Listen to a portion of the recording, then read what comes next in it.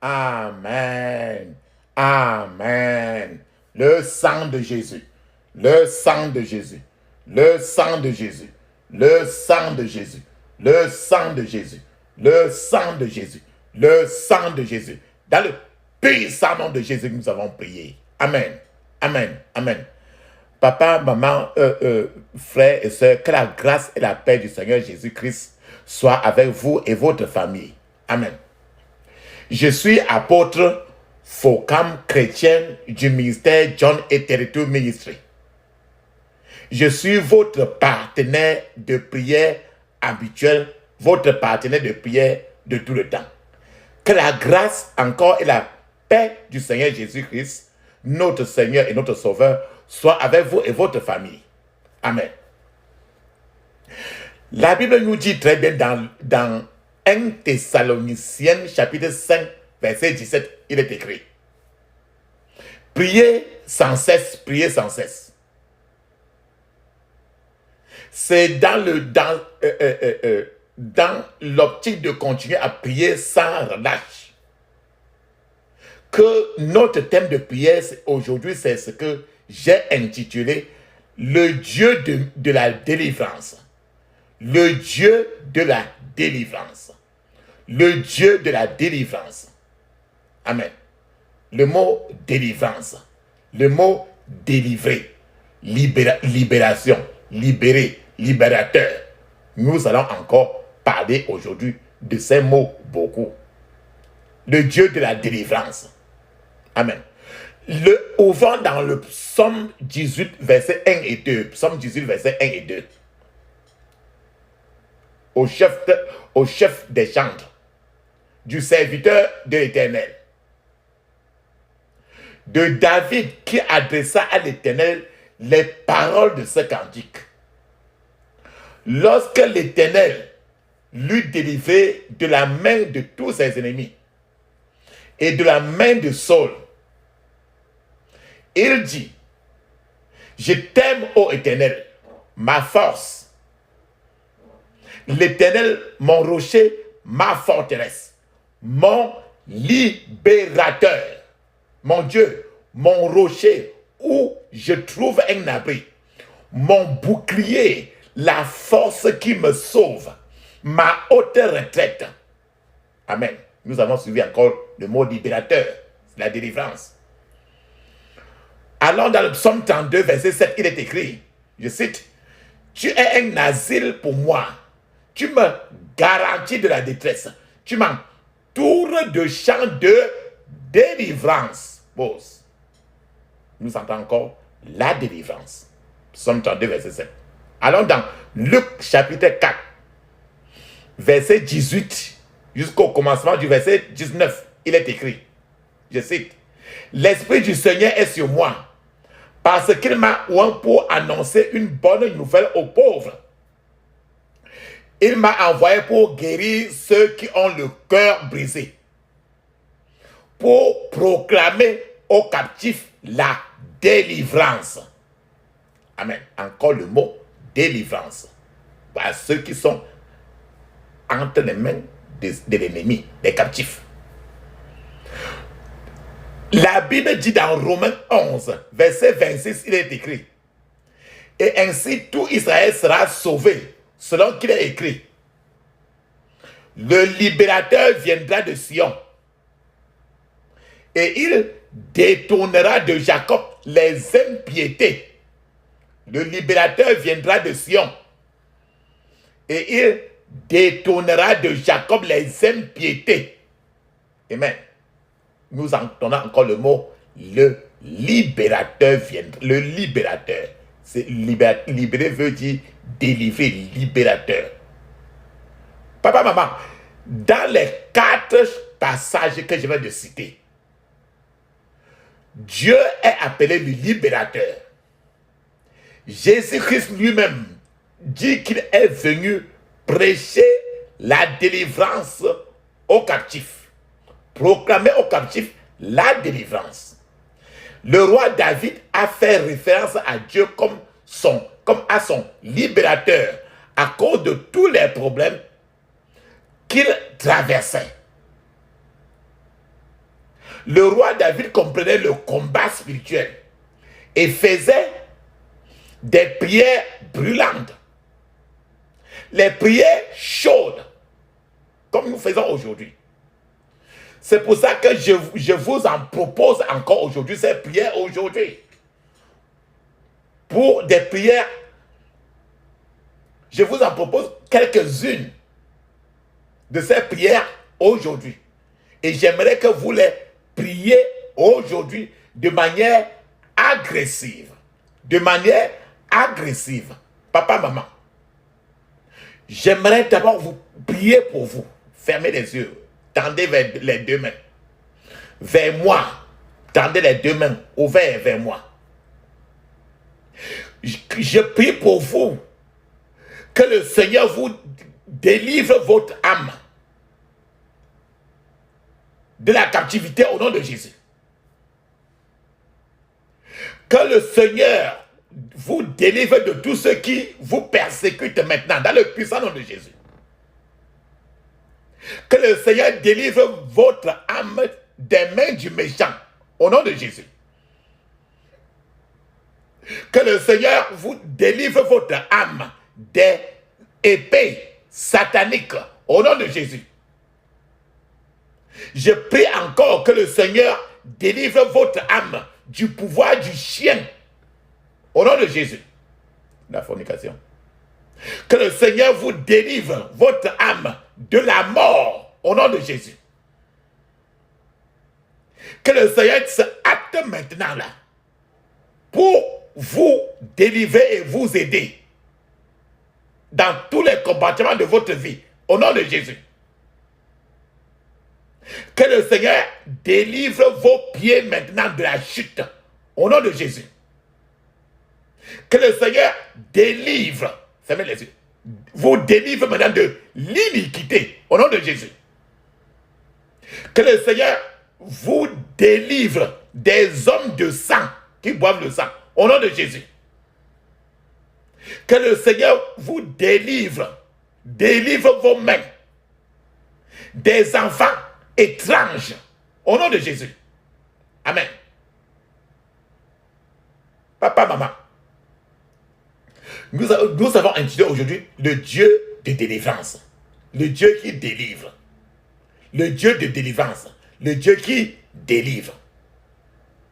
Je vais vous transporter maintenant. Nous allons parler trop du psaume 91, du psaume 91 beaucoup. Nous allons parler aussi du psaume 121. Le psaume 91, verset 1, il dit très bien. Celui qui demeure sous l'abri du Très-Haut repose à l'ombre du Tout-Puissant. Celui qui demeure sous l'abri du Très-Haut repose à l'ombre du Tout-Puissant. Papa, maman, ce passage dit que quiconque vit sous la défense du Dieu Très-Haut demeurera sous l'ombre du Tout-Puissant. Autrement dit, celui qui demeure sous la protection du Très-Haut logera sous l'abri du Dieu des cieux. Celui qui vit dans l'abri secret du Très-Haut loge à l'ombre du Tout-Puissant. Il est écrit, le psaume 91, verset 1, il dit, celui qui demeure sous l'abri. L'expression, celui qui demeure. La personne doit d'abord habiter. On dit celui qui demeure. Donc ça veut dire, la personne doit d'abord habiter en tant que locataire permanent sous l'abri du Très-Haut. En tant que locataire permanent, ce n'est pas celui qui est là un jour et le jour suivant, il a déménagé pour partir. Donc, celui qui demeure, c'est la personne qui doit être d'abord sous le parapluie du Très-Haut. Maintenant, allons regarder le mot demeurer. Celui qui demeure. Demeurer veut dire que quoi? En réalité, papa, maman, en hébreu, le mot demeurer est prononcé comme yasha. Yashash. Le mot demeurer en hébreu est prononcé comme yashash. Y-A-S-H-A-H. Cela signifie s'installer à l'intérieur. Demeurer veut dire encore y rester. Demeurer veut dire encore rester à l'intérieur de quelque chose, quelque part. Demeurer veut dire encore y rester, s'asseoir. Demeurer veut dire encore posséder le lieu là. Demeurer veut dire encore y vivre comme demeure permanente. En d'autres termes, demeurer c'est la clé de tout le psaume 91. Mais combien, quand nous regardons, papa, maman, combien de chrétiens habitent réellement dans le lieu secret du Dieu très haut? Combien? Souvenez-vous de la nuit de la délivrance des Israélites. C'est dans le chapitre 12 de Exode. Souvenons-nous de la nuit de la délivrance des Israélites. La condition de Dieu était très simple. Le sang, il a dit très bien que le sang sera pour vous un signe sur les maisons où vous êtes. Il a dit très bien, quand je vais voir le sang sur la porte, je passerai sur toi et l'ange de la décision n'entrera pas dans ta maison. Donc mets le sang à ta porte et reste dedans. Si tu sors, je ne te connais plus. Donc, dans là-bas, il a dit que chacun va mettre le sang à la porte de ça et il va rester à la porte, dedans. Alors, quand je vais passer, je vais rester, quand je vais voir le sang à la porte, on ne doit pas entrer chez toi pour te détruire. Mais si je ne vois pas le sang à ta porte, et que tu es même un chrétien, on te détruit. Donc, si un Israélite était allé à une fête, la fête de la danse, où les gens dansaient même le makossa correctement, et que le jour-là, le Seigneur avait dit que chacun, le jour-là, devrait rester à la maison avec le sang à la porte. Si tu es parti pour faire la fête, rien que ce jour-là, ou alors tu es parti simplement aller dire bonjour à l'un de tes amis qui est égyptien, à ce moment où il n'y a pas de sang à ta porte, puisque quand quelqu'un sortait, le sang ne pouvait plus être à la porte. Quand tout le monde était à l'intérieur, le sang était automatiquement à la porte. Mais quand tu sors pour aller à côté, pour dire bonjour à un Égyptien, à ce moment où il n'y a pas de sang, la personne ne sera pas couverte. Cette maison-là ne sera pas couverte. L'ange de la mort aurait frappé la personne. Peu importe si c'était un enfant de Dieu très avancé même devant Dieu. Mais la loi de Dieu était la loi de Dieu, un point, un trait. En d'autres termes, quels sont ceux qui habitent dans la tente, dans la maison du Seigneur alors? Quels sont ceux qui vivent dans la demeure, qui résident sous la demeure du Très-Haut? En réalité, ce sont ceux qui ont décidé de vivre une vie de pureté, de vivre une vie de sainteté totale. La Bible dit dans Psaume 91, verset 3, car c'est lui qui te délivre du filet de l'oiseleur, de la peste et de ses ravages. Le Psaume 91, verset 3.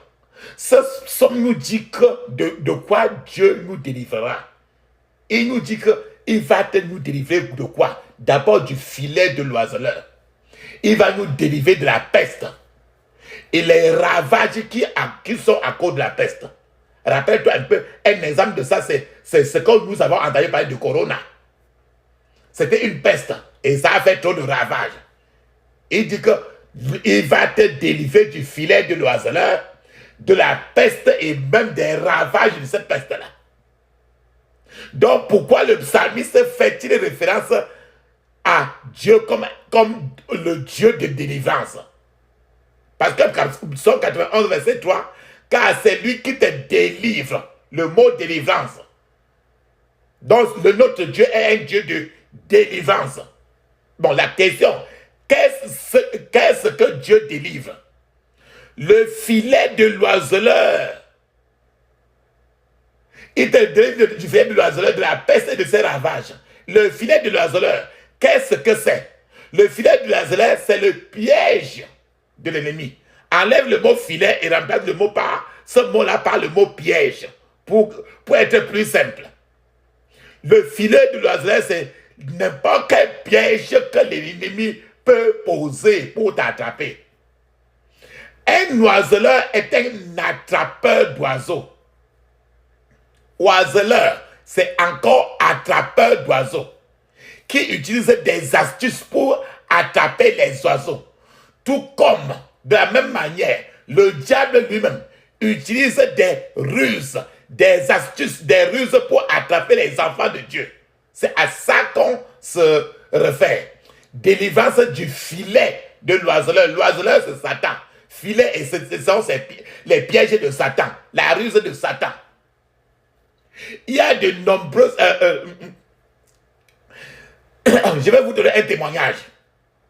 Il y a de nombreuses années passées, il y avait des ravisseurs qui kidnappaient trop les enfants en utilisant des astuces très terribles. Je vais vous expliquer un peu l'astuce. D'abord, ces ravisseurs, ces kidnappeurs, quand ils trouvaient un petit enfant en route, ils montraient à l'enfant une adresse. Et quand ils montrent à l'enfant une adresse, ils demandent à l'enfant de lire l'adresse, comme s'il ne connaissait pas lire. Alors, et de lui montrer le chemin là où ça s'en va.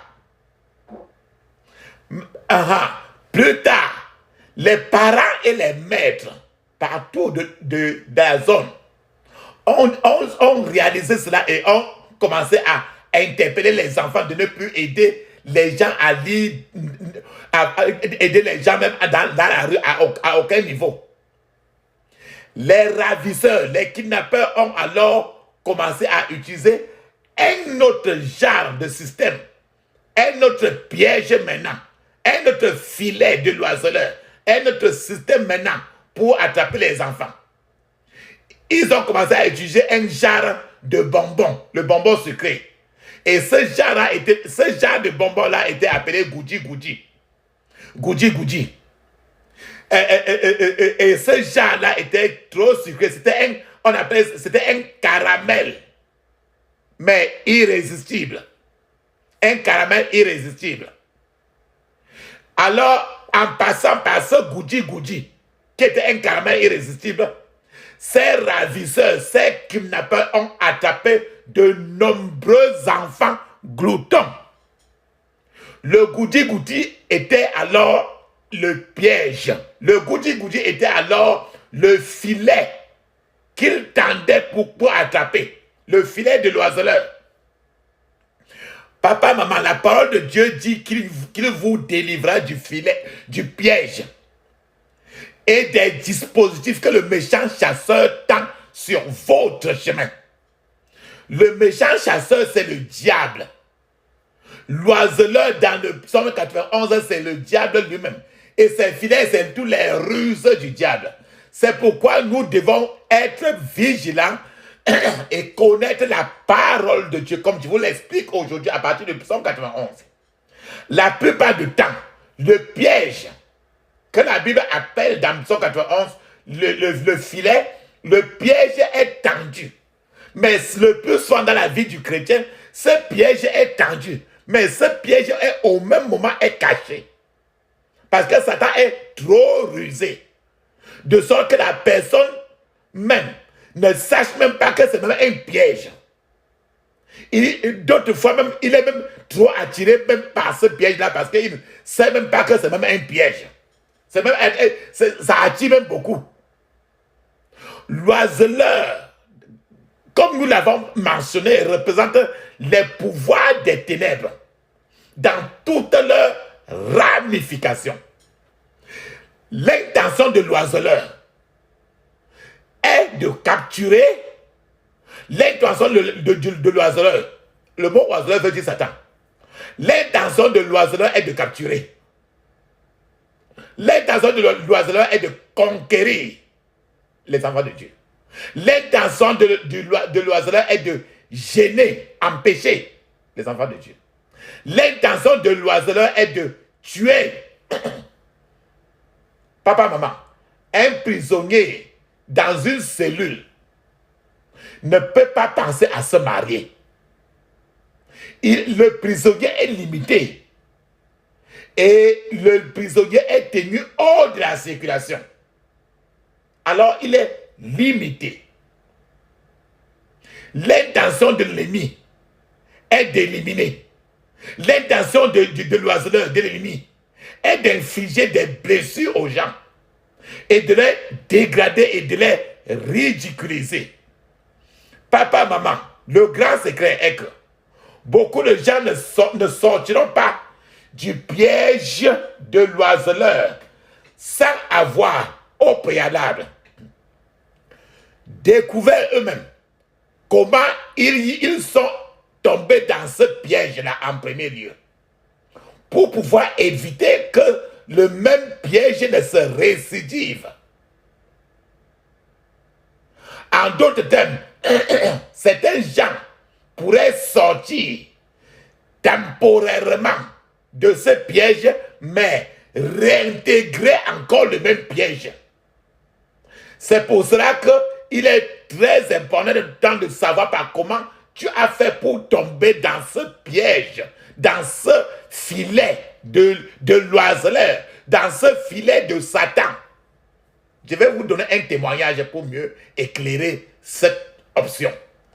Il y avait un prisonnier qui a tenté de s'évader de la prison. Ce prisonnier-là, il a creusé un trou dans sa cellule, avec une cuillère qu'on mange avec là, une cuillère à manger. Et il creusait cela petit en petit. Et le prisonnier là est resté 22 ans en prison. Pendant les 22 ans, il creusait petit à petit. Pendant 22 ans jusqu'à faire finalement un tunnel qui menait à la sortie de la prison. Au cours de sa 22e année de cellule en prison, ce prisonnier-là a pu faufiler dans le tunnel qu'il a creusé avec la cuillère jusqu'à sortir de la prison. Et il était finalement libre. Mais il est retombé encore dans le même piège à cause de l'esprit de vol qu'il avait envoyé en prison en premier lieu. J'explique encore le pourquoi. À la sortie du tunnel, ce prisonnier est arrivé à une station-service où on vend le carburant, non loin même de la prison même. Alors, à cette station-service-là, il a encore volé. Et il a été arrêté et renvoyé encore dans la même prison où il est sorti après avoir fait 22 ans. Cette fois, il a été placé dans une autre cellule. Cela signifie qu'il a passé 22 ans en prison sans être délivré de l'esprit de vol qui avait amené ce prisonnier dans le vol. Cela veut dire que tel qu'en soit le temps qu'il est là, il sort, il n'est pas délivré, il va toujours rentrer. Ce qui est clair, papa, maman, ceci montre encore les limites de la vie physique. Toi-même, tu vois plusieurs personnes qui sortent d'un problème et retournent encore parce que le problème qui l'a amené à tomber dans les premières griffes n'a pas été résolu. C'est-à-dire que la racine est restée la même.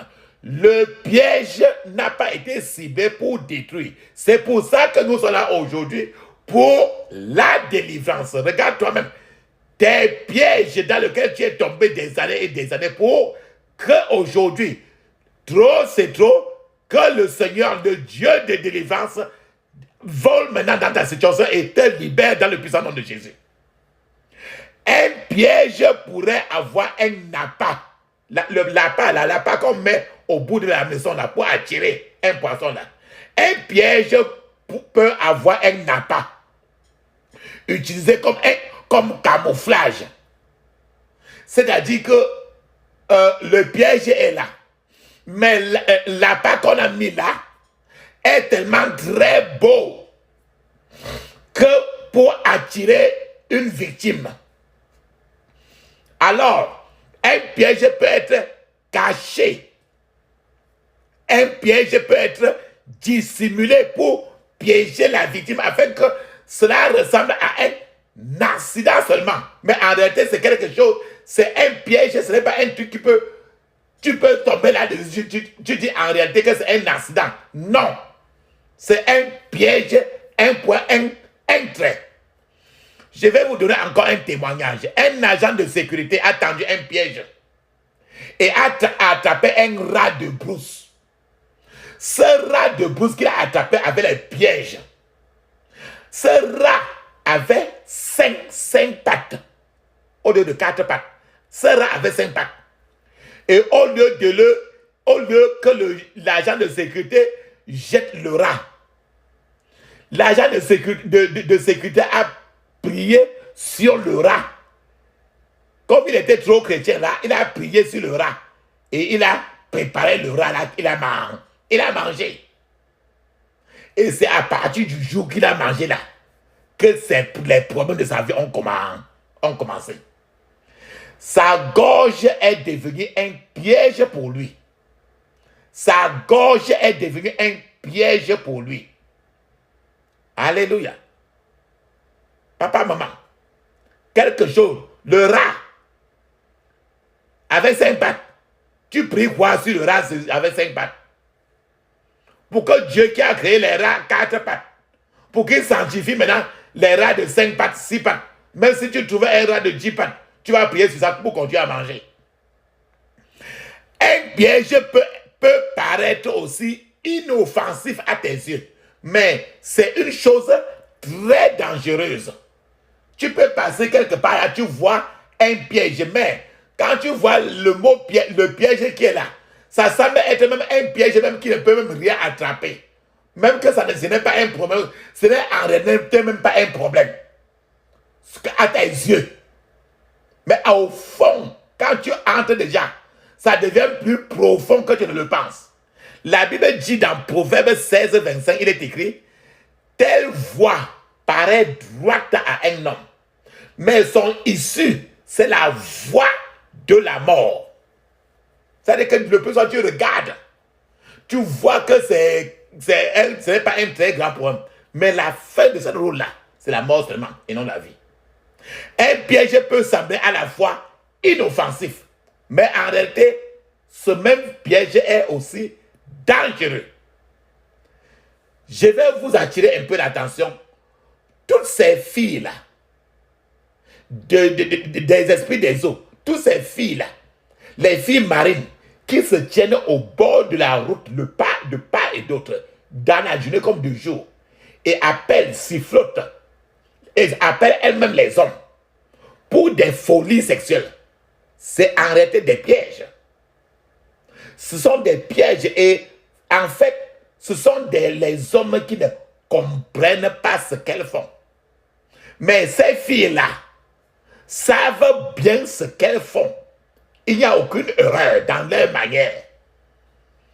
De nombreux hommes et femmes ont déçu Dieu en étant attirés dans le péché. Pas des hommes et pas des femmes de Jézabel. Ce que j'appelle Jézabel, c'est la main droite de Satan. De nombreux hommes et des femmes ont déçu Dieu par leur manière. Jézabel, c'est les gens que, quand tu épouses une femme qui a l'esprit de Jézabel, c'est cette femme-là qui devient ton mari et tu deviens sa femme. Parce qu'elle te contrôle. Si tu épouses un homme qui a cet esprit, qui a l'esprit de Rahab, c'est fini pour toi. Cela fait même pleurer les anges. Ces anges-là qui disent, selon 2 Samuel 1, 19, ils disent que l'élite d'Israël a succombé sur tes collines. Comment des héros sont-ils tombés? Toi et moi, enfants de Dieu, créatures de Dieu. l'être honoré de Dieu. Les anges crient en disant que toi et moi, nous sommes tombés. Nous qui sont supposés être des zéros de Dieu, nous sommes devenus maintenant, nous sommes tombés. C'est 2 Samuel 1, verset 19.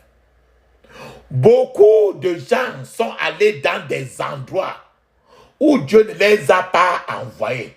Tout cela au nom, en réalité, rien que de la curiosité.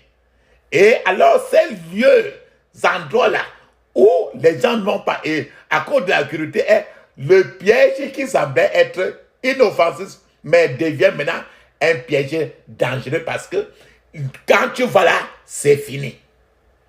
Beaucoup ont été pris au piège par les choses qu'ils aiment le plus.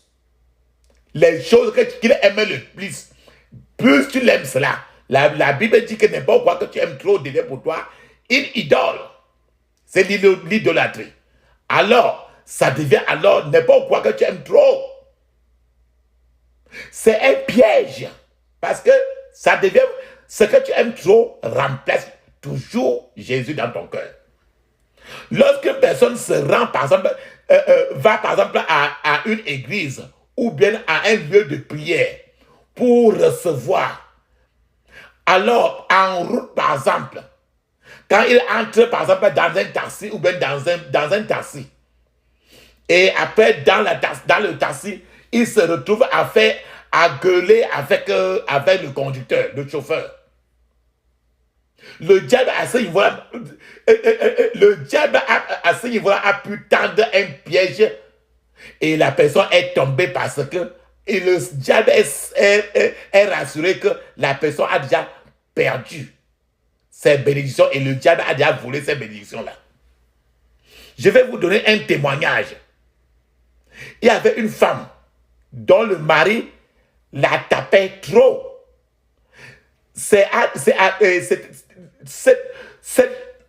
Le fait de la taper était tellement arrivé à un niveau où c'est arrivé au point où même ses 4 enfants se sont joints à son mari pour frapper cette femme.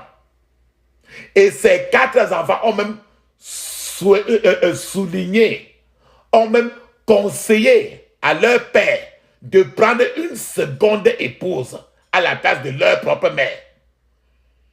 Mais, frères et sœurs, un jour, on a levé un point de prière et on a suggéré à la maman, qui est la sœur là, de prier. Et le seul point de prière qu'elle priait fortement, c'était que, oh Seigneur, révèle-moi le secret de mes problèmes au nom de Jésus. Voilà le seul prière qu'il répétait. Elle ne se fatiguait pas. Oh Seigneur, révèle-moi le secret de mes problèmes au nom de Jésus. Alors cette femme a prié. Et quand elle a prié, elle a vu un arbre. L'arbre qu'on appelle Iroko. L'arbre, le gros arbre là. Dans son salon même. Et maintenant, la femme, il y avait quelqu'un. Et dans la vision, elle a vu en bas de l'arbre, il y avait quelqu'un qui portait un bébé. En bas de l'arbre, selon la vision. Et après la vision, comme elle priait en fermant les yeux. Alors la vision s'est éclairée et elle a ouvert les yeux. Elle était maintenant curieuse. Parce que le Seigneur a répondu. Le Seigneur a dit, elle a dit, révèle-moi le secret. Le Seigneur a répondu. La femme est allée se renseigner à ses parents. Si ses parents savaient quelque chose, avaient une idée sur ce genre d'arbre Iroko là. Alors ses parents lui ont dit que ses premiers cheveux qu'on avait coupés quand elle était née, avait été déposé au pied en bas de cet arbre Iroko dans le village même.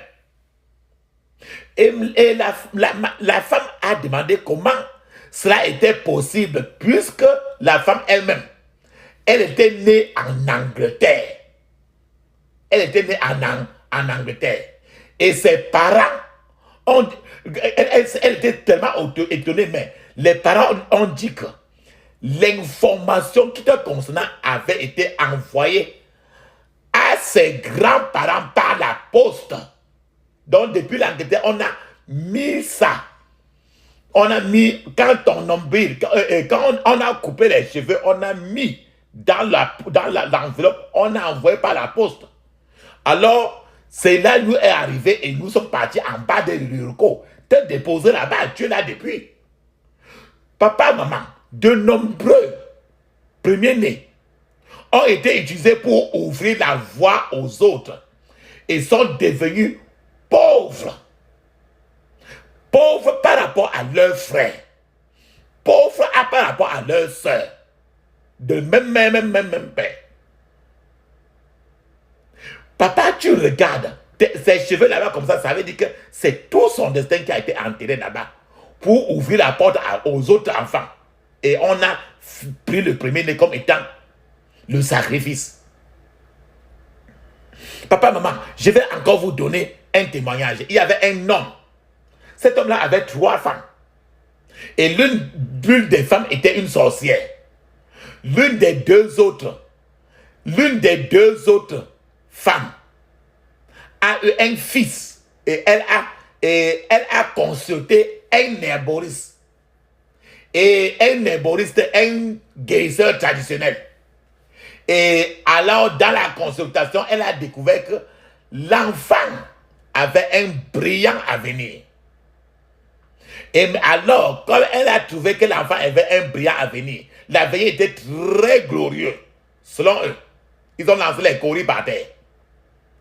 Alors, elle voulait que l'herboriste, le guérisseur traditionnel, tue l'enfant, ou bien élimine l'enfant.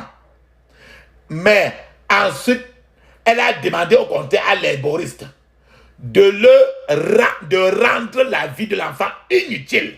De rendre inutile la vie de l'enfant.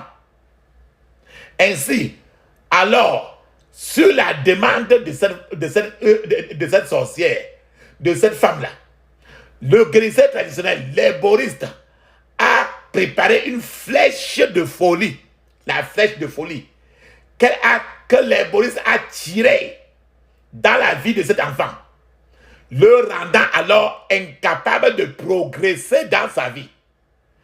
Il ne pouvait donc avoir aucun héritage. Et c'est ainsi que l'enfant là est devenu rien. Monter, descendre seulement et rentrer. Voilà une flèche de folie qui a été projetée très vite. Papa, quand tu entends ainsi, et même les enfants des premiers-nés que je vais te donner, c'est pourquoi nous avons des prières spéciales pour les enfants premiers-nés. Que j'invite toujours que chacun, si tu as déjà porté un enfant premier-né, ou bien le premier-né de ton premier-né, même si tous tes enfants sont morts, le seul qui reste encore est maintenant appelé le premier-né. Il faut prendre la prière des premiers-nés au sérieux. Nous avons tous ces prières de premiers-nés dans notre YouTube. Où la personne qui te donne ces prières-ci demande-lui les prières de premier-nés. Certaines personnes même envoient leurs enfants même au village pour vivre avec leurs parents ou bien les grands-parents. Papa, maman, si ces grands-parents-là sont des adorateurs d'idoles et elles ne te diront jamais qu'elles font quelque chose de mauvais. Elles ne te diront jamais que ce qu'elles font là est mauvais. Parce que c'est déjà ton grand-parent, tu l'aimes et tout ce qu'elle fait est déjà qualifié comme bien. Même si Satan est entre ses mains, tu prends Satan comme étant très bien.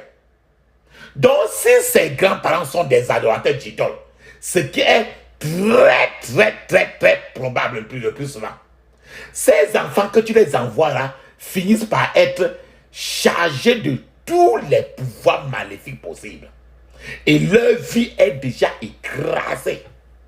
C'est pourquoi, papa, maman, il est bon et que je vous suggère de s'occuper vous-même de ces enfants. Si vous les aimez, à moins que vous ne les aimez plus, alors dans ce cas, il faut demander à Dieu à qui vous Dieu vous donnera à qui vous pouvez confier ses enfants parce que la volonté, ses enfants appartient à l'Éternel. Surtout si le statut spirituel des grands-parents ne peut être déterminé. Et le plus souvent, cela en est ainsi. Papa, maman aussi. Donc, le fait d'envoyer l'enfant à qui que ce soit tes grands-parents, que ce soit oncle, que ce soit tante, qui que ce soit, Dieu n'a pas commis d'erreur.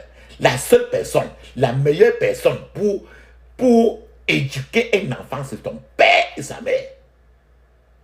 Il n'a jamais dit que c'est son oncle ou bien sa tante. Les oncles et tantes, qui que ce soit, interviennent à cause du fait que tout est déjà saccagé. Certains parents même piègent leurs enfants en leur faisant subir des rituels, des rites et des cultures traditionnelles pour les consacrer ainsi à trop d'idoles. Certains parents concluent sciemment ou inconsciemment des alliances, des pactes avec des idoles et des sanctuaires, et les enfants, qui n'en savent rien, sont consacrés ainsi à ces pouvoirs démoniaques. Et ces pouvoirs démoniaques, dans le futur, cherchent maintenant à détruire la vie de cet enfant. L'enfant n'arrivera jamais à avancer parce que ces démons, côté maternel comme paternel, réclament la vie de ces enfants d'une manière ou d'une autre à cause des rites, des cultures traditionnelles, des rituels, des sacrifices que les papas, les mamans, les parents ont fait pour ces enfants. Seul Dieu peut délivrer de telles personnes. C'est pour ça que notre thème de prière aujourd'hui, de Dieu de délivrance. S'il en est ainsi, si toi-même tu as grandi ainsi, si tes enfants ont grandi ainsi, prépare-toi aujourd'hui pour prier parce que trop, c'est trop. Le plus souvent aussi, papa, le diable lui-même organise des problèmes et contre les gens et pousse les gens à venir dans son camp chercher l'aide. Par exemple, tu te maries, Satan, on va vite te donner à manger dans la nuit. Tu manges et maintenant tu n'arrives plus à accoucher. Et maintenant, quand tu n'arrives plus à accoucher, maintenant, les mêmes Satan dit que va voir un guérisseur traditionnel. Parce que là-bas, quand il donne le remède là, tu conçois vite. Donc, Satan organise des problèmes lui-même. Pousse les enfants de Dieu à l'intérieur et maintenant, il se place encore comme là où il va donner l'aide aux enfants de Dieu. Or, quand Satan te donne l'aide, Satan n'a jamais aidé l'être humain. La devise de Satan, c'est de tuer, sacrifier et détruire. Prendre les remèdes traditionnels, les concoctions que sont faites à base de plantes, était moins facile. Aujourd'hui, c'est un moyen très facile. Le piège le plus avancé, comme la cola, comme la cola, le jujube, comme l'arbre de paix. Prendre des concoctions à base de plantes était moins facile pour initier les gens. Les gens ont des associations sataniques. Et le plus souvent, ces initiations sont même très inconscientes parce que quand ça entre déjà dans toi, tu es enchaîné. Bien que selon la Bible, les herbes soient une source de vitamines, soient une source de remèdes, c'est vrai. Il faut en être assez prudent. Et personne ne te dira pas qu'il fait du mal. Chacun te dit qu'il est en train de t'aider. Personne ne te dira jamais qu'il est en train de te donner un mauvais remède. Les herboristes traditionnels, les charlatans, les voyants traditionnels sont généralement tout ce que tu vois là. Les guérisseurs traditionnels, les herboristes sont généralement des couvents de sorcellerie. Et les vendeurs de ces remèdes sont des occultistes. Le plus souvent, ils envoient souvent des démons pour jouer avec la vie des gens. Il est plus sûr, papa, maman, de planter vous-même s'il est possible. Ces choses, ces plantes, vous-même, si vous voulez les utiliser. C'est-à-dire, par exemple, si tu veux utiliser toi-même le papayer, creuse la terre, verse l'huile d'onction sur la terre là et maintenant, plante ton papayer. Là, tu es sûr parce que tout ce qui va aller en bas là, tu peux même manger même toutes les feuilles là.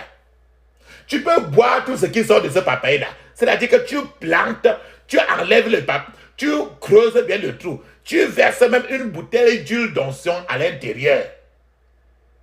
Et tu asperges même l'eau baignée à l'intérieur, mais tu plantes maintenant ton papayer. À ce niveau-là, tout ce qui sort de ce papayer-là, tu peux boire même, tu peux préparer pour manger. Si vous ne pouvez pas faire ce que je dis là vous-même, sur les arbres et les feuilles, il serait mieux vous-même de les éviter pour vous protéger et protéger votre maison. Alléluia. Je vais vous donner encore d'autres pièges. Là où vous voyez certaines églises qui portent toujours les habits blancs, là où ils se rassemblent. Et là aussi, les associations occultes. Les associations occultes sont des pièges tendus aux gens au nom de la religion. Plusieurs associations que tu vois là, associations ressortissant d'eux, envoient l'argent pour aller construire la maison du congrès du pays. Et l'argent là va où? Et tu mets cet argent là, tu as entendu une place qu'on a construite vrai. Les associations occultes sont toujours des pièges tendus aux gens au nom de la religion. Certains d'entre eux ont même des emblèmes et des chaînes au cou. Certaines déterminations qui portent tout le complet blanc, ils ont des emblèmes, ils ont des chaînes pendues au cou, qui obligent même les gens de cette association-là d'utiliser comme bijoux pour se protéger. Pour se protéger. Ce sont toujours des pièges que Satan utilise de plusieurs groupes pour attraper les gens.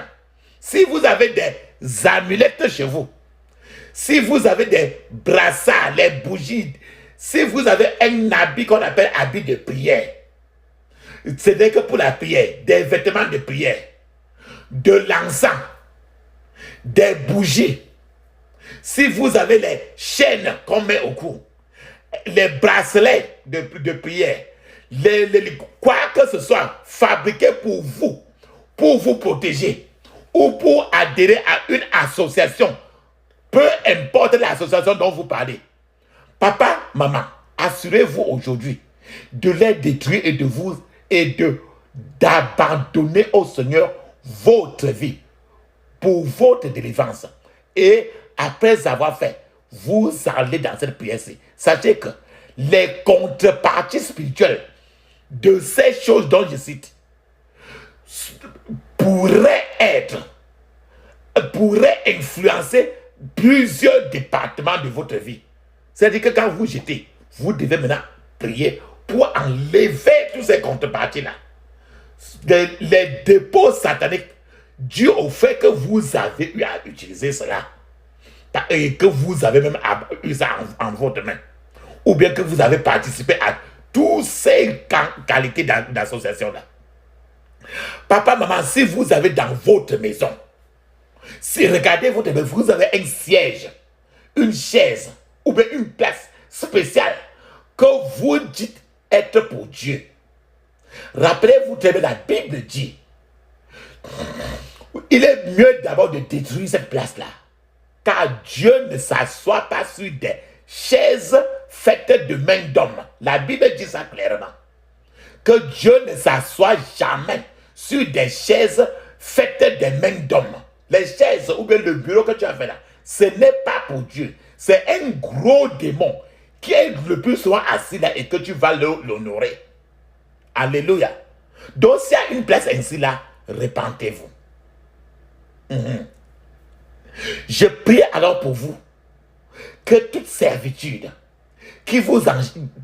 toute servitude, qu'il soit temporaire ou permanente dans votre vie, soit détruite maintenant dans le puissant nom de Jésus. Papa, maman, en tant que chrétien, le Seigneur veut que nous le louons dans toutes les situations. La lourdeur spirituelle est une tromperie satanique qui met les gens dans le piège de l'ennemi. La lourdeur spirituelle. Beaucoup de gens sont le plus souvent, ils sont trop dans l'inquiétude. Beaucoup de gens ne font que pleurer à cause de leurs problèmes, sans savoir qu'ils offensent Dieu. Pleurer à cause de tes problèmes ne poussera jamais Dieu à agir parce que tu as pleuré pendant un an. Ça ne lui bouge même pas. Ce qu'il faut revêtir en vous, papa en moi, c'est le vêtement de louange pour remplacer cet esprit de lourdeur. C'est écrit dans Ésaïe. En tant que chrétiens, nous devons être prudents et ne pas nous comporter n'importe comment. Nos actes, nos manières de faire doivent prêcher l'évangile et ne pas nous placer dans des pièges. Certains gens peuvent paraître même doux de façon physique. Certains gens même peuvent paraître inoffensifs. Mais lorsque ces gens-là sont déjà plongés dans la colère, ces gens causent, la colère leur cause des grands ravages dans la vie. Dans la vie, à travers, et à cause de ça, cela les amène à relâcher trop de malédictions, etc. Papa, maman, une autre chose que nous devons savoir aussi, les fausses religions. Les fausses religions, c'est un piège de l'ennemi. De même, un péché est un péché. Un péché ne deviendra jamais quelque chose de positif. Le péché est péché et restera péché tant qu'elle n'est pas confessée. Cela peut paraître simple. Les fausses religions, quand tu les regardes de très loin, ça paraît simple, ça paraît intéressant, attrayant même, plus que les bonnes. Mais cela conduit les gens toujours à la perdition, au même gouffre de l'enfer. Certains hommes de Dieu qui ne sont pas encore brisés peuvent même lâcher même souvent des malédictions à cause de la colère, à cause seulement de la colère. Je vais vous parler, papa, maman, de la musique. La musique. La musique est un autre moyen utilisé par le diable pour piéger les gens. Le rythme de la musique et les notes de la musique peuvent sembler intéressants, peuvent sembler éducatifs à en écouter et à regarder. Mais le plus souvent, sont souvent dédiés à un autre démon. Le plus souvent. C'est pour ça que vivre sous être toujours sous la demeure du Très-Haut est la clé. Vivre la sainteté totale est la clé. Certaines personnes, le plus souvent, ont des problèmes le plus souvent en empruntant les habits de leurs amis pour partir à certaines cérémonies. Papa, maman, quand tu prends l'habit de quelqu'un pour porter, même si c'est l'habit de ta maman, même si c'est l'habit de ta grande soeur, de ton petit frère, un habit dans le monde spirituel, l'habit c'est la gloire de l'être humain. Ça veut dire que si la personne est prostituée, l'onction de la prostitution, tu as en train de porter comme ça en toi, l'onction de la prostitution.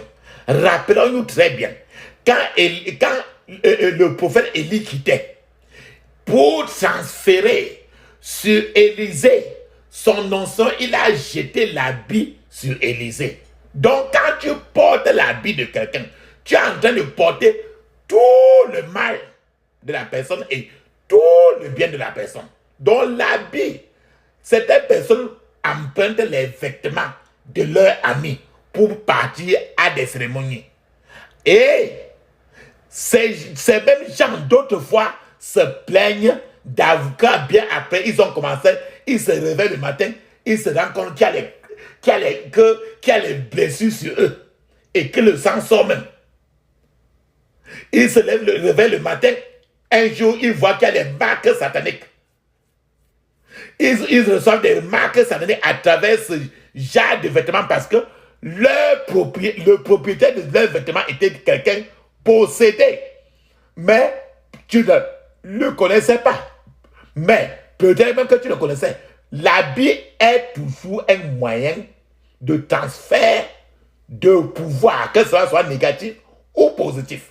La femme qui était malade depuis 12 ans, quand elle a touché l'habit de Jésus, le pouvoir de Jésus est venu le guérir. Ah, donc, pourquoi ne pas vous contenter de ce que vous avez?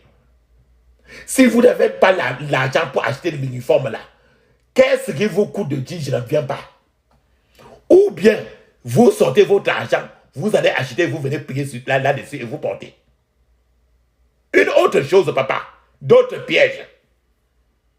Les livres qui promettent du pouvoir aux gens, autres que la Bible, sont toujours des pièges de l'ennemi. Il y a trop de livres, d'autres qui ont dit que les livres, que c'est Moïse qui a écrit. Le vrai livre de Moïse, ainsi de suite. Tout livre qui promet du pouvoir à n'importe qui que ce soit, autre que la Bible, sont des pièges de l'ennemi.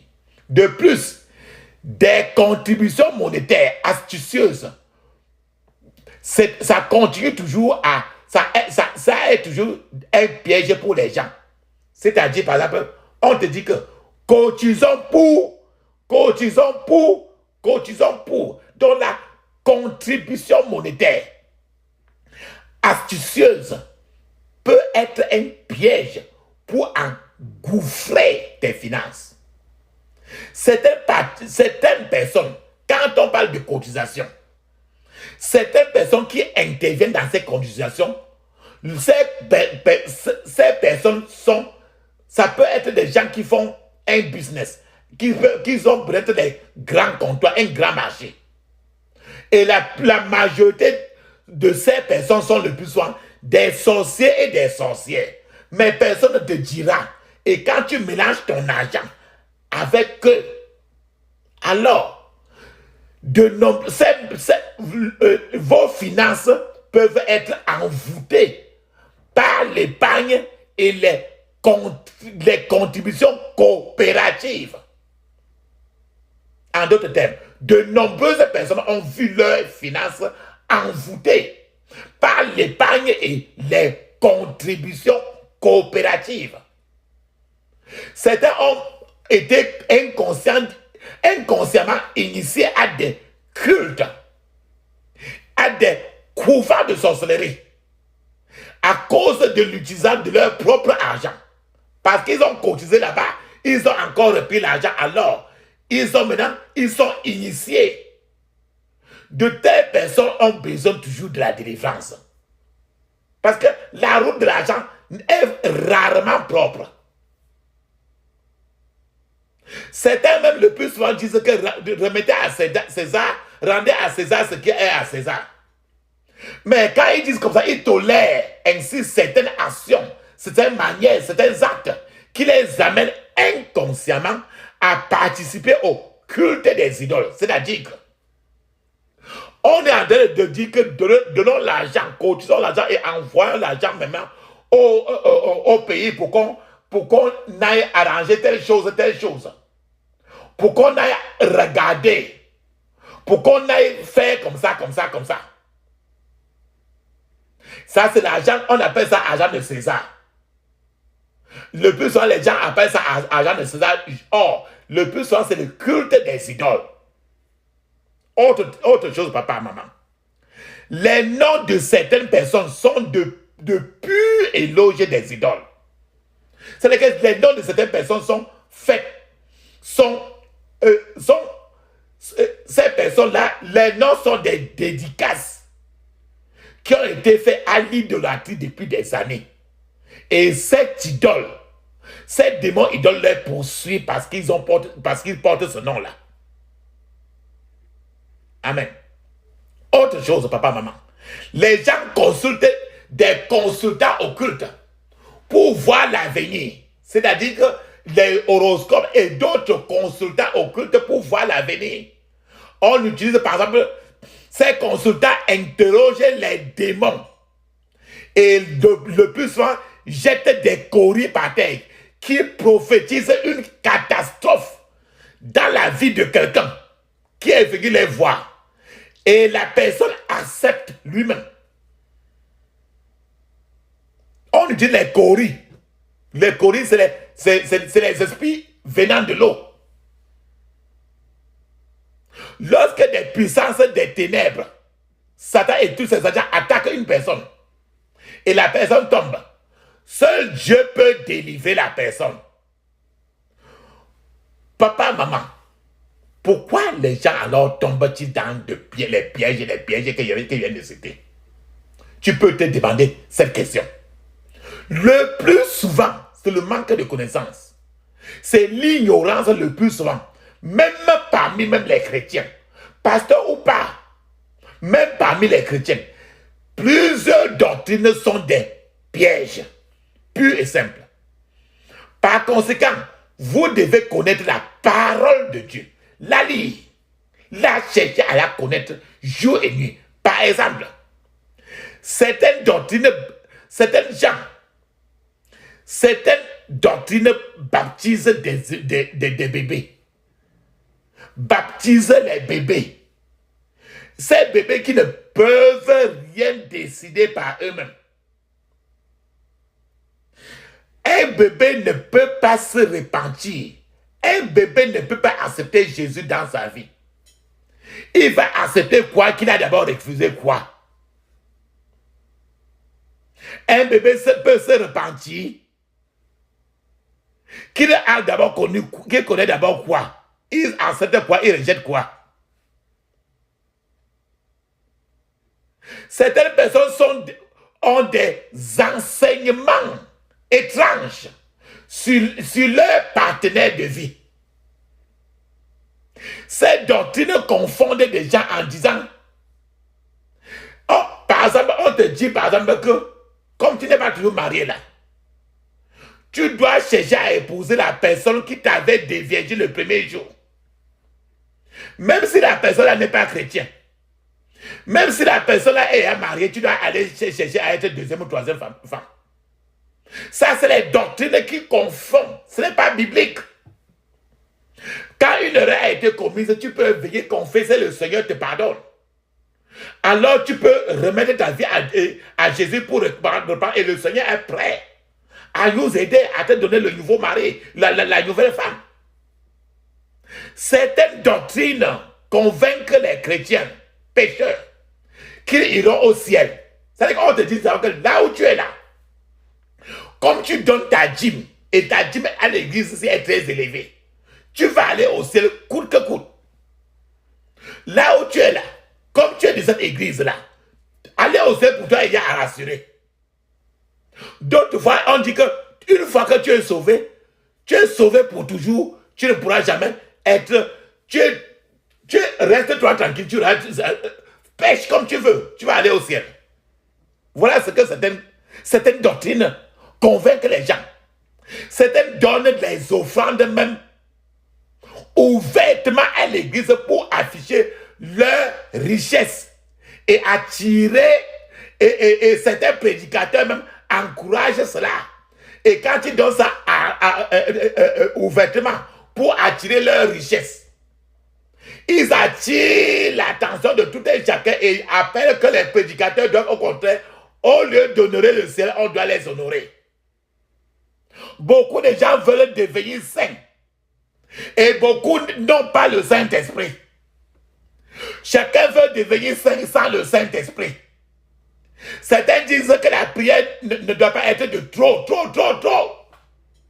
Dans John 8:18, il y a trop de prière. Certains disent que tout ce dont un chrétien a besoin, c'est de la connaissance seulement. Alors que la Bible dit dans 1 Thessaloniciens chapitre 17, verset 5, il dit, priez sans cesse. Ça veut dire que la Bible, et on doit prier trop.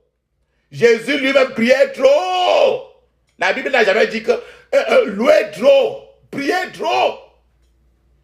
Prier sans cesse. Dans tu peux, le Seigneur peut dire que tu ne pries pas, tu n'es pas de prier suffisamment. Papa, maman, certains affirment que personne ne peut être saint. D'autres en disent que certains ne peuvent être saints et que seul le ciel, c'est qui est digne d'y aller au ciel. Papa, maman, je vais vous dire la vérité. Si tu chemines vers le ciel, c'est pas quelqu'un qui te dira. Tu le sauras et le ciel lui-même va te rendre compte, va te dire tous les jours. Le ciel va te dire, ne vous y trompez pas. Votre conscience continuera à vous dire si votre état actuel vous qualifie pour le feu de l'enfer. Certains croient même qu'il n'y a ni paradis. D'autres disent qu'il n'y a pas d'enfer. D'autres pensent que vivre dans l'abondance sur la terre est le paradis. Et que vivre dans la pauvreté sur la terre est l'enfer. C'est le piège de Satan. Certains vont même jusqu'à prêcher la réincarnation, tandis que d'autres encouragent de porter des vêtements obscènes à l'église. Comme s'il s'agissait de la célébration d'une soirée disco. Certains ne voient rien de mal à ce qu'une femme porte ce que Dieu dit être une abomination. Ou à des habillements de Jézabel qui montreront tous les contours du corps de la personne et à des mouvements équichants qui, à terme, déstabilisent les hommes peu sérieux. Ces hommes-là qui ont déjà du mal à se concentrer sur les choses de Dieu. Papa, maman, vivre dans le péché et espérer des bénédictions de Dieu, aussi c'est un piège. Parce que c'est les choses qui ne sont pas compatibles. Aussi, aller dans le camp ou chez l'ennemi pour chercher son aide. C'est comme Pierre, l'apôtre Pierre qui est allé se réchauffer au feu de l'ennemi. Alléluia. La Bible dit très bien. Dans le psaume 91, il dit, car c'est lui qui te délivre du filet de l'oiseleur, de la peste et de ses ravages. De la peste et de ses ravages. La peste et de ses ravages. Parlons alors de la peste. Parce que il a parlé de la délivrance du filet de l'oiseleur. Nous avons déjà fini la délivrance du filet de l'oiseleur. Je vais vous parler encore de la peste, de la délivrance de la peste et de la délivrance des ravages que la peste là occasionne. En premier, la question d'abord c'est qu'est-ce que c'est que la peste? Qu'entendons-nous par peste? La peste signifie une calamité précipitée. La peste signifie une maladie infectieuse. La peste signifie maladie contagieuse. La peste fait référence à des fléaux. La peste fait référence à des guerres, une famine. La peste fait référence à des problèmes qui font du bruit pour qu'ils soient ressentis et pour que ce bruit-là soit connu. Si la peste, c'est une situation que personne, pas même votre gouvernement, n'a le contrôle sur cela. Rappelons-nous encore toujours des choses qu'on appelait, ces maladies qu'on appelait par le passé Corona. Donc, la peste se réfère à une situation que personne, pas même le gouvernement, n'a le contrôle sur cela. Les Israélites étaient au pays de Goshen. Et rien de mal n'est arrivé à tous ces Israélites. Tous ces Israélites étaient sous la protection du Dieu, mais en terre d'Égypte. C'est pour ça qu'il dit que je vais te délivrer de la peste et de ses ravages. Tous ces Israélites étaient sous la protection de Dieu, mais en terre d'Égypte. Il y avait là-bas, en Égypte, là, il y avait des fléaux, il y avait des mouches terribles, des ténèbres, la mort, ainsi de suite. Amen. Papa, maman, je vous, la Bible dit très bien, dans le psaume 91, verset 5, il dit, tu ne craindras ni les terreurs de la nuit. Qu'est-ce qu'on veut dire terreur de la nuit? Parlons de la terreur de la nuit. Beaucoup de ministères maléfiques ont lieu pendant la nuit. Il y a des millions de créatures invisibles qui se déplacent et que nous ne pouvons pas voir. Beaucoup de gens ont peur de l'obscurité de la nuit. La Bible dit, la peur a des tourments. 1 Jean chapitre 4, 18. Je vais vous donner encore un témoignage concernant la terreur de la nuit. À l'université, il y avait un garçon qui avait peur de sortir la nuit. Alors ce garçon avait un pot dans sa chambre dans lequel il faisait souvent ses besoins la nuit. Parce qu'il avait peur de tous ces mystères magnifiques de la nuit. Terreur de la nuit. Papa, maman, toutes sortes de vents maléfiques soufflent contre les gens. Et lorsqu'il arrive à l'hôpital, les médecins disent le plus souvent que c'est un accident vasculaire cérébral. En réalité, ça n'a rien à voir avec le physique. Alléluia. La Bible dit très bien, le psaume 91. Tu ne craindras ni les terreurs de la nuit, ni la flèche qui vole de jour. Ni la flèche qui vole de jour. Ou encore, la flèche qui vole de jour, ça veut dire que c'est les flèches qui volent à midi. Qu'est-ce que cela veut dire, la flèche qui vole à midi? C'est-à-dire les dommages, les dangers, les saccages qui surviennent pendant la journée, les attaques ouvertes, les persécutions ouvertes. L'ennemi ne se cache plus pour affliger.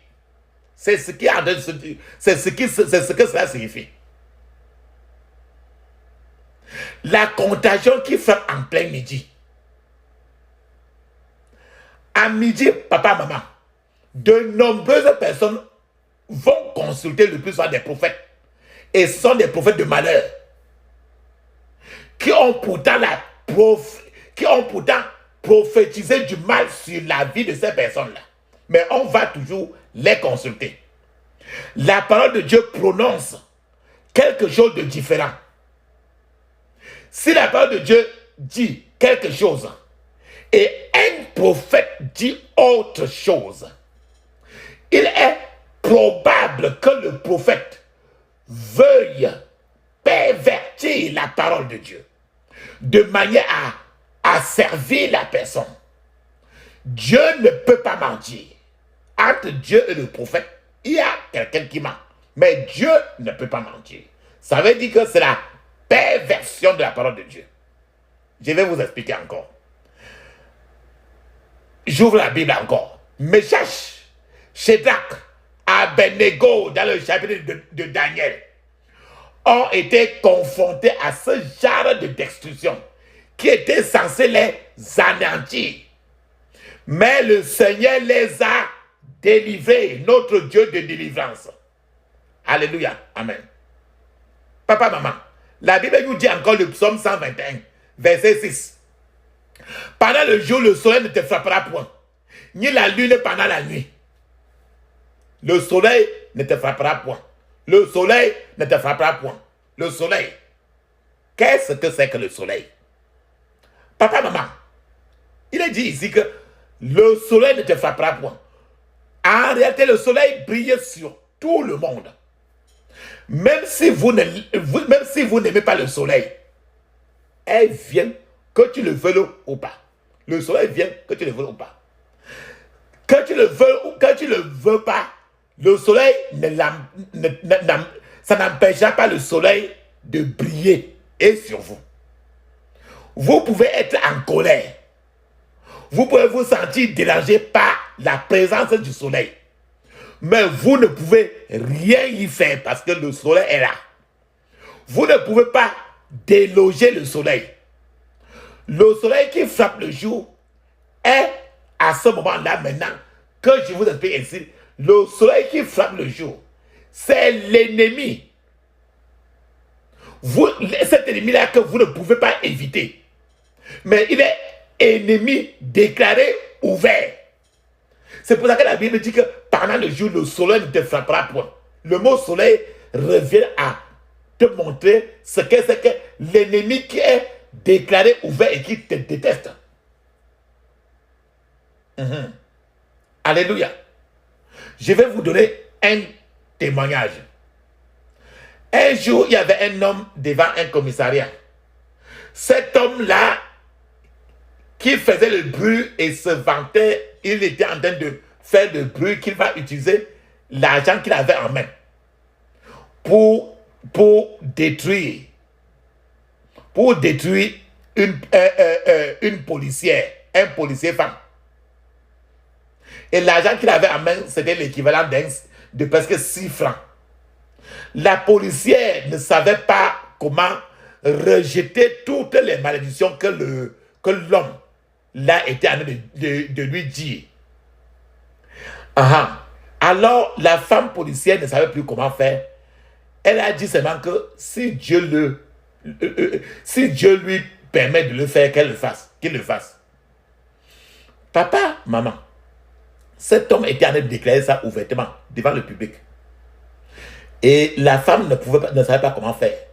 2 mois plus tard, la femme a été impliquée dans un terrible accident de voiture et la seule chose qu'on a pu récupérer de cette femme-là était rien que son chapeau. Rien que son chapeau. Papa, maman, la personne là qui est venue faire du bruit devant cette femme-là était un ennemi déclaré ouvert. Donc, ennemi soleil. Même si le soleil est loin de toi, on le sent quand même. C'est-à-dire que ton ennemi soleil, si tu es par exemple dans un pays africain et l'autre est peut-être en Europe, il peut toujours dans le monde spirituel chercher à faire du mal à la personne. Le Seigneur vous délivrera du soleil qui frappe le jour. Les ennemis puissants et incontournables de ta vie aujourd'hui, le Seigneur t'en délivrera au nom de Jésus. Je vais te donner un témoignage encore. Il y avait un frère qui travaillait dans une entreprise appartenant à un homme blanc. C'est un jour, l'homme blanc est venu et a réinterrogé le personnel de cette entreprise-là. Alors, le manager de l'entreprise était habitué à harceler ce frère-ci. Alors, ce manager, ce patron-là, avait même recommandé qu'on licencie le frère-ci. Alors même, l'homme blanc est venu et le manager lui-même a recommandé le licenciement de ce frère. Maintenant, lorsque l'homme blanc a réexaminé les références du frère dont le patron était le dit qu'on le licencie, comme l'homme blanc a réexaminé les références du frère, l'homme blanc a encore interviewé, a fait un entretien de travail encore avec le frère. Alors l'homme blanc, propriétaire de l'entreprise, a découvert en réalité que le frère était que que le frère était très impressionnant. Et l'homme blanc maintenant a fait la promotion sur place de ce frère. Et au lieu de son patron. Et maintenant, l'homme blanc maintenant a dit maintenant que le patron qui était là maintenant doit descendre. Et s'il veut, il quitte de l'entreprise. Et qu'il veut au contraire ce frère-là. Alléluia. Papa, maman. Ce frère, ça c'est encore ennemi blanc. Ennemi du soleil. L'ennemi soleil. Quand le frère était haï ouvertement. C'est encore on déclare ouvertement qu'il faut licencier celui-ci. C'est l'ennemi soleil. Alléluia. Je vous ai dit très bien que le psaume 121, verset 6, psaume 121, verset 6 dit que pendant le jour, le soleil ne te frappera point, ni la lune pendant la nuit. Donc la lune aussi a des frappes pendant la nuit. Regardons ce qu'est la lune. La lune, dans le psaume 121, verset 6. La lune en réalité frappe la nuit. C'est pour ça que la Bible dit dans le psaume 121, verset 6, dit que la lune ne te frappera point quand le Seigneur va te défendre. Quand tu es avec le soleil, le Seigneur, la lune ne te frappera point. Sans le Seigneur, la lune va te frapper. Papa, maman, il n'y a pratiquement personne qui déteste la lune. Quand tu sors de la nuit là, quand tu regardes la lune là, tu aimes trop. Parce qu'elle est calme. La lune est tellement agréable, mais dans le noir. Dans la journée, tu ne verras pas la lune. Mais dans le noir, tu verras la lune très agréable, mais dans le noir. La lune fournit la lumière. Et la lumière n'est pas dure. Une lumière souple qui te fait être en paix. Alors, à ce niveau-là, quand je dis ainsi, ça fait référence à des amis, faux amis, à des amis hostiles qui sont l'une. C'est-à-dire que les amis qui sont agréables, te sont agréables, mais qui sont dans le mal. Mais arrête tes mains que toi-même le plus souvent, tu ouvres ton cœur à eux. Ici, amis, tes ennemis l'une sont des amis gentils et doux à l'extérieur.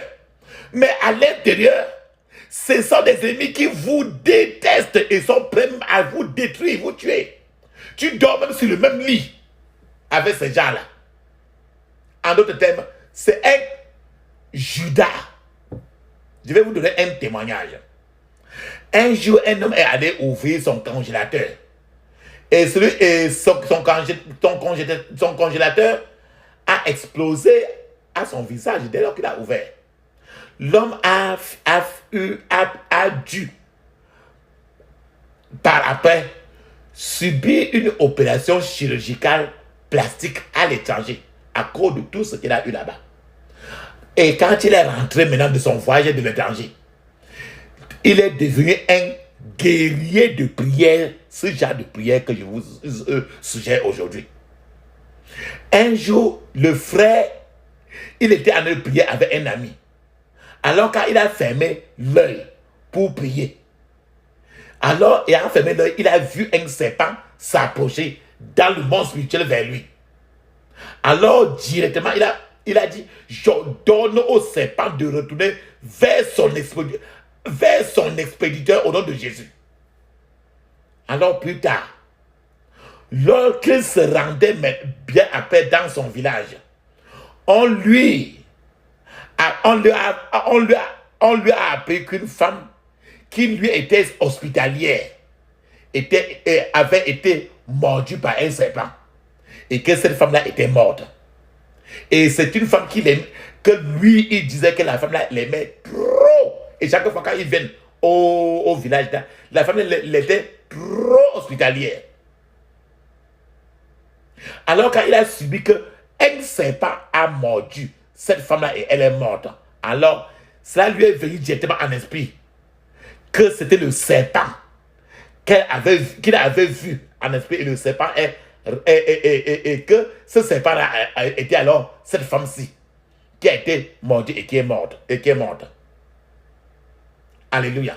Papa, maman, La Bible dit encore dans le psaume 91, il dit que tu marcheras sur le lion et sur l'aspic. Et tu fouleras le lionceau et le dragon. Tu marcheras sur le lion. Le lion, le lion, le lion. Le lion, c'est quoi? Parlons du lion. Le lion tue en le déchirant en morceaux. C'est-à-dire que c'est ces sorciers au ciel-là qui déchirent ta vie en morceaux. Ils tuent le destin, tuent le mariage, déchirent ta vie. Le lion déchire sa proie et ne se soucie pas de savoir si la personne, si c'est la personne même qui l'avait même nourri. C'est-à-dire que si c'est même sa maman, le lion peut déchirer. C'est ce genre de sorcier, de sorcier-là, qui tue son père, qui tue sa maman, qui tue sa femme, qui tue ses enfants. Et ils sont prêts à tuer n'importe quoi. C'est ça qu'on appelle le lion. Et alors, quand tu es sous la tente de Dieu, tu peux marcher sur le lion. Aujourd'hui, tu vas prier pour marcher sur ton lion. Maintenant, la Bible dit, le psaume 91, verset 13, dit que tu marcheras sur le lion et sur l'aspic. L'aspic, c'est quoi? L'aspic, en réalité, que tu vois là, l'aspic, c'est ce qu'on appelle dans le langage vernaculaire le cobra. Donc, quand tu entends l'aspic dans la Bible, c'est le cobra, le serpent cobra là. Il s'agit d'un cobra. Le cobra, c'est un serpent venimeux. Le cobra tue en injectant aux gens son venin qui circule dans le corps et tue la victime. Papa, maman, entre parenthèses, as-tu déjà rêvé que quelqu'un est venu t'injecter? C'est l'aspic. C'est le cobra. Et dans le rêve, tu vas voir comme si c'était un être humain. Non, c'est un serpent. C'est un serpent, mais en réalité, c'est un être humain qui devient ainsi. Donc, il s'agit d'un serpent. Le papa, maman, entre parenthèses encore, est-ce qu'il y a des choses qui marchent dans ton corps, dans tes pieds, dans tes reins et dans ton dos? Si tu as entendu quelqu'un qui dit que quelque chose marche dans tes pieds, c'est le venin de ce serpent, de l'aspic. C'est le venin du cobra dans le monde spirituel. Le venin là, c'est ton venin. Les gens qui nourrissent, si tu as déjà eu à manger dans la nuit, ce qui entre dans ta bouche là, c'est le venin de l'aspic. Les gens qui viennent te donner, ces gens qui te donnent, ces esprits qui viennent te donner la nourriture dans la nuit, ils font partie de ce groupe de l'aspic. Ils apparaissent dans les rêves des gens. L'aspic apparaît dans les rêves des gens avec de la nourriture. Une nourriture, il se rassure d'abord que c'est la nourriture que tu aimes trop. Une nourriture délicieuse. Et une fois que la personne mange cette nourriture-là, quelque chose de terrible se produit sur le plan physique de la personne. La plupart du temps, des maladies incurables surviennent après ce mangement de la nourriture. N'importe quel problème de santé que tu as eu, c'est parti toujours de quelque chose que tu as eu à manger. Alléluia. Papa, maman, la Bible dit très bien dans le psaume 91, verset 13, que tu mangeras sur le lion et sur l'aspic. Tu fouleras le lionceau et le dragon. Tu fouleras le lionceau. Le lionceau, c'est quoi? Le lionceau, c'est l'enfant de lion, non? C'est le petit lion, non? Bon, entre le petit lion et le papa de lion, qui est le plus souvent plus actif et énergétique? Le lion, en fait, n'est pas actif et énergétique, comme le lionceau. Le lionceau est encore très frais. Le lion a son apogée, est très actif et énergétique. Et c'est pour ça qu'on parle de lionceau. C'est-à-dire, en réalité, c'est l'ennemi qui a l'énergie d'aller jusqu'au bout. C'est ce sorcier-là qui est tellement têtu. Il a toute l'énergie de tuer quelqu'un, lutter contre toi jusqu'au bout. C'est ça le lionceau le plus dangereux. Et c'est l'ennemi qui a l'énergie d'aller jusqu'au bout, de vous dénoncer à tout le monde.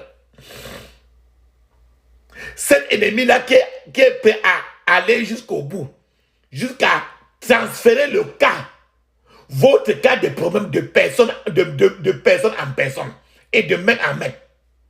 En d'autres termes, ce sont des sorciers et des sorcières.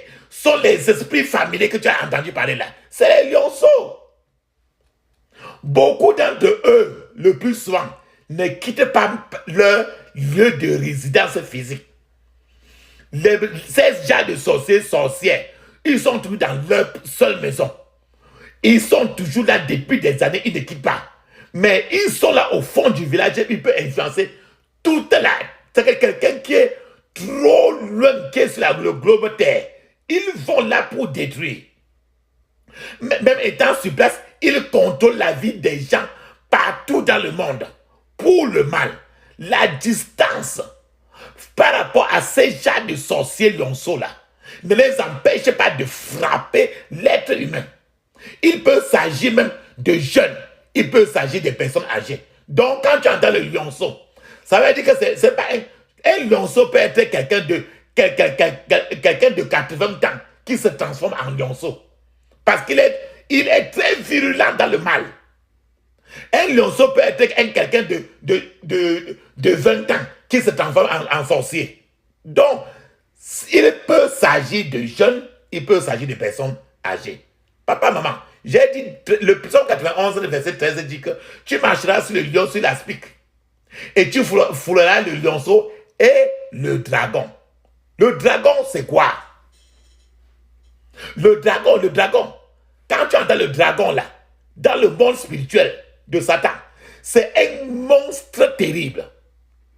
Un monstre terrible qui met en pièces des ennemis méchants.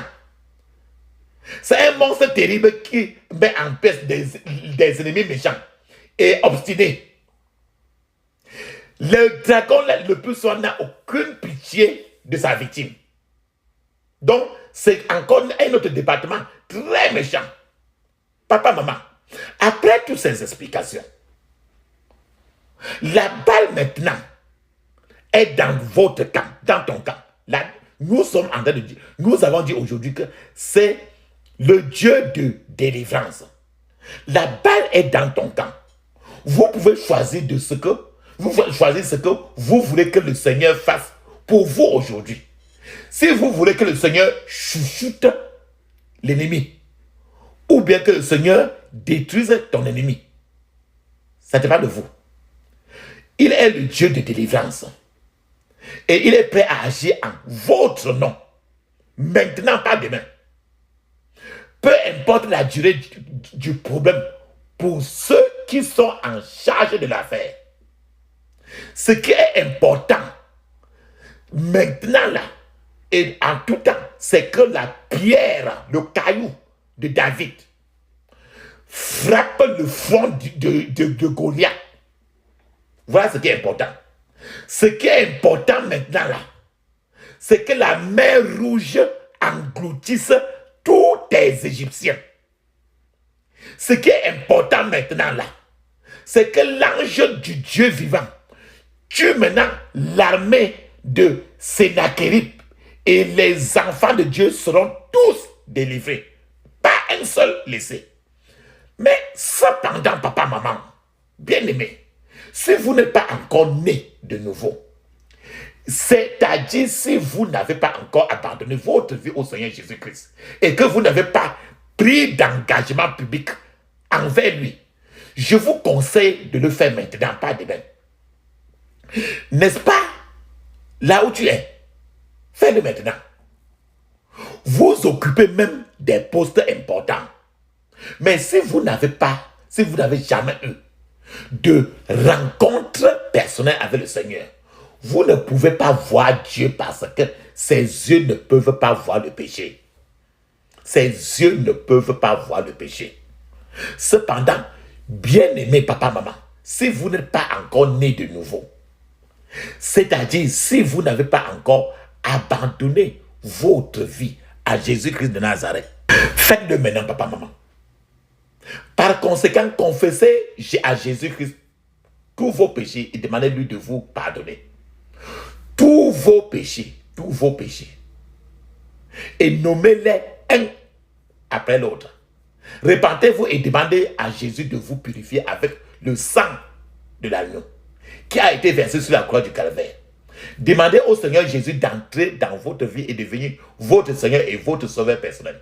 Intronisez-le maintenant sur votre vie et dites-lui au revoir au péché, au revoir au monde.